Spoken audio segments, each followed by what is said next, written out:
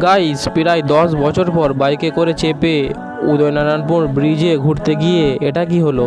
চলো শুরু করা যাক। তো আসসালামু আলাইকুম গাইস, সবাই কেমন আছো? আজকে আমি আর আমার দুই বন্ধু মিলে যাব উদয়নারায়ণপুর ব্রিজ ঘুরতে। আর বাইকে চাপতে কারই না ভালো লাগে, ওই জন্য আমি আর আমার দুই বন্ধু মিলে বেরিয়ে পড়লাম উদয়নারায়ণপুর।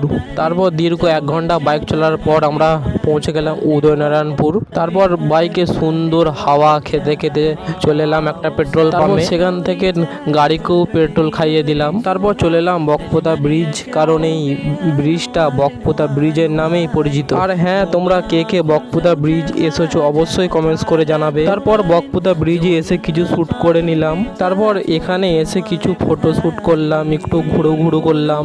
আর ওই দিকেও আমার বন্ধুরা কিছু ভিডিও শ্যুট করার জন্য ব্যস্ত আছে, ওই জন্য আমার ভিডিও আমি নিজেই বানাচ্ছি। কি বলবো গাইস, আজ আমার একটা ক্যামেরা নেই বলে আমার ভিডিও কোয়ালিটি এত খারাপ। যাই হোক, তোমরা কষ্ট করে দেখে নাও। উদয়নারায়ণপুর ব্রিজ ঘুরে নিলাম।